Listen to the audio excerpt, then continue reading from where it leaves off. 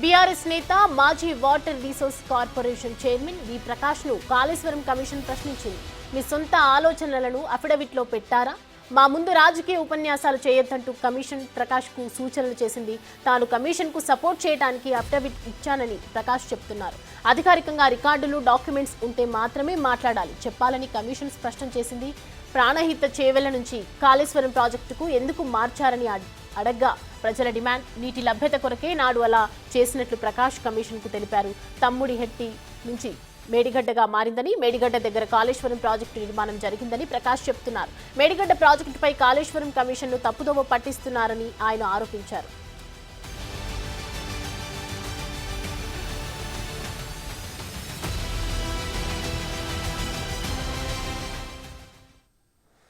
ఇక ఈ అంశానికి సంబంధించి మరిన్ని అప్డేట్స్ మా ప్రతినిధి వెంకట్ అందిస్తారు. వెంకట్.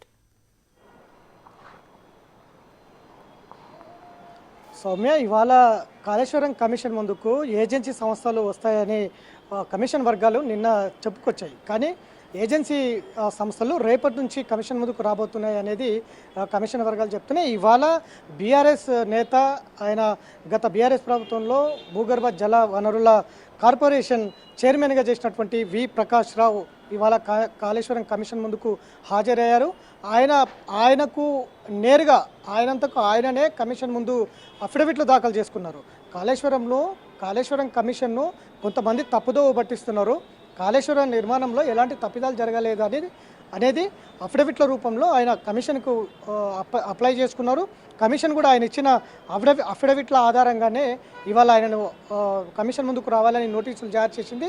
ఇవాళ ఆయన కమిషన్ ముందుకు వచ్చారు. ప్రధానంగా ఆయనను మూడు క్వశ్చన్లు ఆయన ముందు ఉంచినటువంటి నేపథ్యం ఉంది. ప్రధానంగా తుమ్మిడిహెట్టి దగ్గర కట్టాల్సిన ప్రాజెక్టు మేడిగడ్డ దగ్గరకు ఎందుకు తరలించారు, కారణం ఏంటి, దాని గురించి వివరణ అడిగాడు. దానికి సంబంధించిన అంశము ఆయన చెప్తుండగానే మధ్యలోనే మరి ఆయన మీద కొంత సీరియస్ కూడా అయింది కమిషన్. ఇక్కడ రాజకీయ ప్లాట్ఫామ్ కాదు ఇది, అఫిడవిట్లో ఉండే ఆధారాలే మాత్రమే చెప్పాలి అనేది కమిషన్ చెప్పడంతో ఆయన మళ్ళీ వివరణ ఇచ్చే ప్రయత్నం చేసిండ్రు. ఎందుకంటే ఇది రాజకీయ ప్లాట్ఫామ్ కాదు, ఖచ్చితంగా మేడిగడ్డ అక్కడ నుంచి ఇక్కడ ఎందుకు మార్చిండ్రు, చేవెళ్ళ ప్రాణహిత చేవెళ్ళ ప్రాజెక్టు ఎందుకు మార్చాల్సి వచ్చింది అన్న అంశం మీద ప్రధానంగా ఆయనను క్వశ్చన్ చేసినటువంటి నేపథ్యం కనిపిస్తుంది. ఇక అదంతా కూడా ఏదైతే సిడబ్ల్యూసి ఏదైతే ఇచ్చిందో సిడబ్ల్యూసి రూల్స్ ప్రకారమే అక్కడ 160 టీఎంసీల నీరు మాత్రమే లభ్యత అవుతుంది అనేది సిడబ్ల్యూసి చెప్పింది. ఆ సిడబ్ల్యూసి చెప్పిన రూల్ ప్రకారమే మేము అక్కడ నుంచి మేడిగడ్డకు తరలించాం. 165 టీఎంసీలలో మహారాష్ట్రకు దాదాపు అందులో 62 టీఎంసీలు మహారాష్ట్రకి ఇవ్వాల్సి ఉంటుంది. ఆ మహారాష్ట్ర కూడా కొన్ని నిబంధనలు పెట్టింది. ఆ నిబంధనలు 40 టీఎంసీల 62 టీఎంసీల నీరు మహారాష్ట్రకి ఇస్తే మనకు కేవలం 102 టీఎంసీలు మాత్రమే మనకు ఉంటుంది. కాబట్టి ఆ 102 టీఎంసీలతోటి మన రాష్ట్ర సస్యశ్యామలం కాదు అనేది ప్రజల అభిష్టం మేరకే ఎక్కడికి తరలించామనేది ఆయన కమిషన్ ముందు చెప్పుకొచ్చినటువంటి నేపథ్యం ఉంది. ఇక బయటకు వచ్చి కూడా ఆయన మీడియాతో కూడా మాట్లాడారు. ప్రధానంగా కమిషన్ మరొక ప్రశ్న కూడా సంధించింది. సరే, తుమ్మిడిహెట్టి నుంచి మేడిగడ్డకు తరలించారు, కానీ 7వ నెంబరు పిల్లర్ ఎందుకు కృంగిపోయింది మేడిగడ్డలో, ఆ కృంగుబాటుకు ఎవరు బాధ్యులు అన్నప్పుడు ఆయన సమాధానం చెప్పలేని పరిస్థితులు. సో దాన్ని మళ్ళీ రీకన్స్ట్రక్షన్ చేయొచ్చు అనే ఒక అభిప్రాయాన్ని వ్యక్తం చేసినటువంటి నేపథ్యం ఉంది. ఇట్లా ఆయన కాళేశ్వరం నిర్మాణం కృంగుబాటు తుమ్మిడిహెట్టి నుంచి మేడిగడ్డకు మారిందా, మేడిగడ్డ నుంచి లేకపోతే సుందీల కట్టినరా, సుందీల కింద అన్నారం కట్టినరా అదని తర్వాత కేవలం ఒక ఎక్స్పైరీ డేట్ ఏమైనా పెట్టి కాళేశ్వరం నిర్మాణం జరిగిందా అన్న ప్రశ్నకు బిగ్ టీవీగా ప్రకాష్ రావుని అడిగినప్పుడు ఒక ఎక్స్పైరీ డేట్ 5 సంవత్సరాలకు ప్రాజెక్టుకు కుంగుబాటు అవుతుందనే ఒక డేట్ ఏమైనా పెట్టి కట్టారా, ఎందుకు కుంగుబాటు అయింది, 1,00,000 కోట్ల రూపాయలు ఇవాళ ఎవరు దానికి బాధ్యత ఎవరు వహిస్తారు అన్న ప్రశ్నకు NDSA national dam safety authority మీద నెట్టివేస్తున్నటువంటి నేపథ్యం. అంటే ఇక్కడ కర్త కర్మ క్రియ కాళేశ్వరం ప్రాజెక్టు నిర్మించింది మేము అని చెప్తున్నటువంటి గత బీఆర్ఎస్ ప్రభుత్వం ఇప్పుడు కృంగుబాటుకి ఎవరు బాధ్యులు అంటే ఎన్డీఎస్ఏ మీద వేస్తుంది. ఎన్డీఎస్ఏ ఇప్పటి వరకు రిపోర్ట్ ఇవ్వలేదు, ఎందుకు కృంగిపోయింది అనేది రిపోర్ట్ ఇవ్వలేదు అనేది నెట్టివేస్తున్నటువంటి ధోరణి. అంటే ఎంత వైఫల్యం అనేది ఇక్కడ స్పష్టంగా కనిపిస్తూ ఉంది. ఆయన మాటల్లోనే కమిషన్ ముందు కావచ్చు, మీడియా సమావేశంలో కావచ్చు, చాలా స్పష్టంగా కనిపిస్తుంది ఎంత వైఫల్యం చెందింది కాళేశ్వరం ప్రాజెక్టు, ఎందుకు కుంగుబాటు అయిపోయింది, మేడిగడ్డ కింద ఉన్న అన్నారం సుందిల్ల ఎందుకు లీకేజీలు అవుతున్నాయి అనేది చాలా స్పష్టంగా మనం అర్థం చేసుకోవచ్చు. ఎవరు దానికి బాధ్యులు అన్నప్పుడు NDSA, national dam safety authority ఎందుకు కృంగిపోయింది అనేది ఇప్పటివరకు ఇవ్వలేదు. కానీ తుమ్మిడిహట్టి దగ్గర నుంచి ఇక్కడ మేడిగడ్డకి ఎవరు మార్చమన్నారు? గతంలో పార్లమెంట్ ఎవరైతే సబ్ కమిటీ కాళేశ్వరం నిర్మాణం పైన సబ్ కమిటీ కూడా ఇచ్చింది గత ప్రభుత్వం. అందులో ఈటల రాజేందర్ ఉన్నారు, తుమ్మల నాగేశ్వరరావు ఉన్నారు, అట్లనే హరీష్ రావు ఉన్నారు. ఈ ముగ్గురు కూడా తుమ్మిడిహట్టి దగ్గర ఆ కమిటీ మొత్తం కూడా పరిశీలించింది. ఎన్డీఎస్ఏ బృందాలు వచ్చినాయి, సిడబ్ల్యూసీ వచ్చింది. అక్కడ కేవలం 160 టీఎంసీల నీటి లభ్యత ఉంది.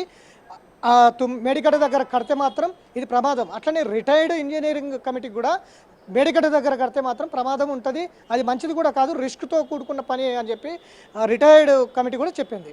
ఇట్లా రిటైర్డ్ ఇంజనీర్ల కమిటీ కావచ్చు, ఇట్లా సబ్ కమిటీ ఎవరైతే హరీష్ రావు కావచ్చు, ఈటల రాజర్ కావచ్చు, తుమ్మల నాగేశ్వరరావు కావచ్చు, ఈ సబ్ కమిటీ కావచ్చు, మిగతా ఇంజనీర్ల బృందాలు సిడబ్ల్యూసీ కావచ్చు, ఎన్డీఎస్ఏ కావచ్చు, ఇట్లా అన్ని కమిటీల రిపోర్ట్స్ అన్నీ కూడా ఏవి పరిగణనలో తీసుకోకుండా కేవలం మాట వరుసకు 180 టీఎంసీల నీళ్ళు మేడిగడ్డ దగ్గర దొరుకుతాయి. మొత్తం కూడా 13 జిల్లాలకు సస్యశ్యామలు అవుతాయి. అక్కడ కేవలం తుమ్మిడిహట్టి దగ్గర 160 టీఎంసీలు నీరు మాత్రమే లభ్యత ఉంది. అక్కడ మళ్ళీ మహారాష్ట్రకు నీటి వాటా ఉంటుంది. ఇదంతా కూడా ఒక గందరగోళం ఉంది. కాబట్టి ఏదైతే ప్రజా అభిష్టం మేరకు ఇట్లా సిడబ్ల్యూసీ నిర్ణయాల మేరకు అట్లనే ఎన్డీఎస్ఏ నిర్ణయాల మేరకు తీసుకొచ్చాం మేడిగడ్డ దగ్గరకు అనేది ఆయన స్పష్టం చేస్తున్నటువంటి నేపథ్యం. నిజంగా సిడబ్ల్యూసీ చెప్పిందా, అయితే ఏ విధమైనటువంటి రిపోర్ట్స్ ఇచ్చింది అన్న దానికి కూడా స్పందన లేదు. కాబట్టి ఇదంతా కూడా ఒక గందరగోళమైన పరిస్థితి. చివరికి కాళేశ్వరం ప్రాజెక్టు కృంగుబాటు కారకులు ఎవరంటే ఎన్డీఎస్ఏ అంటుంది. ఎన్డీఎస్ఏ ఏం చెప్తుంది స్పష్టంగా, కాళేశ్వరం ప్రాజెక్టు కృంగుబాటుకు ఏదైతే గ్రౌండ్ లెవెల్లో మొత్తం కూడా కోతకు గురైంది ప్రాజెక్టు మొత్తం కూడా, ఇవాళ పిల్లర్లు కోతకు గురయ్యాయి, భారీ ఫ్లడ్ వచ్చింది. ఆ ఫ్లడ్కు ఏదైతే గోదావరి నది మీద కట్టినటువంటి కాళేశ్వరము కింద గ్రౌండ్ లెవెల్ అంతా కూడా కోతకు గురైంది. ఆ కోతకు గురైనప్పుడు పెద్ద పెద్ద గుంతలు ఏర్పడ్డాయి. ఆ గుంతలు ముందే వీరు గత ప్రభుత్వానికి తెలుసు కాళేశ్వరం కుంగుపట్టయిందని, ఆ గుంతలన్నీ పూర్తి చేసిండ్రు. కాబట్టి గ్రౌండ్ లెవెల్ ఏం జరిగిందనే రిపోర్టు ఎన్డీఎస్సీకి లేదు. ఇప్పుడు దాని మీద విచారణ చేపట్టాలని కూడా గ్రౌండ్ లెవెల్లో ఏం జరిగిందనే లేదు. అదంతా లేకుండా చేసింది గత ప్రభుత్వం. కాబట్టి ఎన్డీఎస్ఏ అంటే రాష్ట్ర ప్రభుత్వం అంటుంది, రాష్ట్ర ప్రభుత్వం అంటే ఎన్డీఎస్ఏ అంటుంది. కాబట్టి ఇదంతా కూడా ప్రజల డబ్బు గోదావరి పాలైంది అనేది చాలా స్పష్టంగా ఇవాళ ప్రకాశ్రావు చెప్పిన దాంట్లో స్పష్టంగా అర్థమవుతుంది అనేది స్పష్టంగా ఉంది. ఇవాళ ప్రకాశ్రావు విచారణ ముగిసింది. రేపు కాళేశ్వరంకి సంబంధించిన నిర్మాణ సంస్థలు రాబోతున్నాయి. అందులో అన్నారం, సుందిల్ల, మేడిగడ్డ ఎల్ఎన్టీ సంస్థ నిర్మాణం చేసింది, అన్నారము ఆఫ్ఘన్ సంస్థ నిర్మాణం చేసింది, సుందిల్ల నవయుగ కంపెనీ నిర్మాణాలు చేసినాయి. కాబట్టి ఒక్కొక్క రోజు ఒక్కొక్క సంస్థ వస్తుంది, అధికారులు కూడా వస్తారు.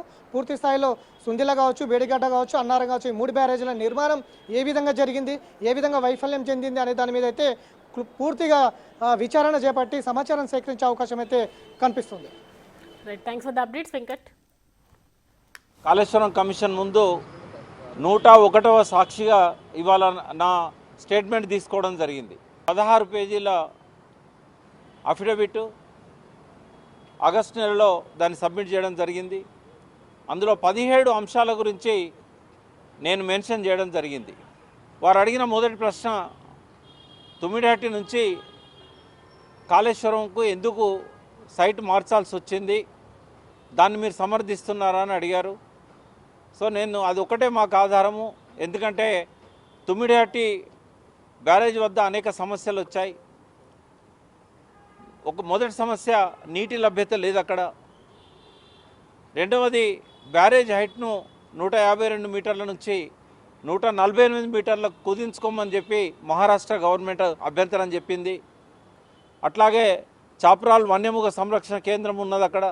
ఈ అన్ని కారణాల వల్ల ముందు అనుకున్నది ప్రాణహిత చేవెళ్ల ప్రాజెక్టులో భాగమైన 152 మీటర్ల బ్యారేజ్ అనేది సాధ్యం కాదు అనేది ఈ మహారాష్ట్ర ప్రభుత్వంతో వరుసగా జరిపిన చర్చల తర్వాత, 2 రాష్ట్రాలు ఏర్పాటు చేసిన టెక్నికల్ బోర్డు పరిశీలన తర్వాత, అనేక సమావేశాల తర్వాత కె చంద్రశేఖరరావు గారు అప్పుడు ముఖ్యమంత్రి అంతిమంగా నిర్ణయం తీసుకున్నారు. తుమ్మిడిహట్టి బ్యారేజ్ అనేది సాధ్యం కాదు, ఎందుకంటే రకరకాల అనుమతులు రావాలి. ముందుగా ప్రజలు ప్రొటెస్ట్ చేస్తున్నారు, మహారాష్ట్ర గవర్నమెంట్ ఒప్పుకోవట్లేదు. గత 50 సంవత్సరాల నుంచి కూడా సమైక్య రాష్ట్రంలో ఈ అంతర్రాష్ట్ర వివాదాలలోనే చాలా ప్రాజెక్టులు ఆలస్యం కావడం కానీ నిలిచిపోవడం కానీ జరిగింది. మళ్ళీ ఆ గొడవలతోని ఇట్లాగే కొనసాగితే తెలంగాణ రైతుల ఆత్మహత్యలు ఆగవు అని చెప్పి చంద్రశేఖరరావు గారు నిర్ణయించుకొని సిడబ్ల్యూసి ఏదైతే సూచనలు చేసిందో వేరే ఎక్కడైనా ఆల్టర్నేట్ సైట్ చూడండి అని చెప్పి మన ప్రభుత్వానికి అప్పటి టీఆర్ఎస్ ప్రభుత్వానికి లెటర్ రాయడం జరిగింది సిడబ్ల్యూసి వాళ్ళ విజ్ఞప్తిని పురస్కరించుకొని గోదావరి పైన ఇంకెక్కడెక్కడ అవకాశం ఉంది అని సైట్స్ను లైడార్ సర్వే ద్వారా వెరిఫై చేసి 3 బ్యారేజీలు నిర్మించాలని చెప్పి వ్యాప్కోస్ ఇచ్చిన రిపోర్ట్ ఆధారంగా నిర్ణయం తీసుకోవడం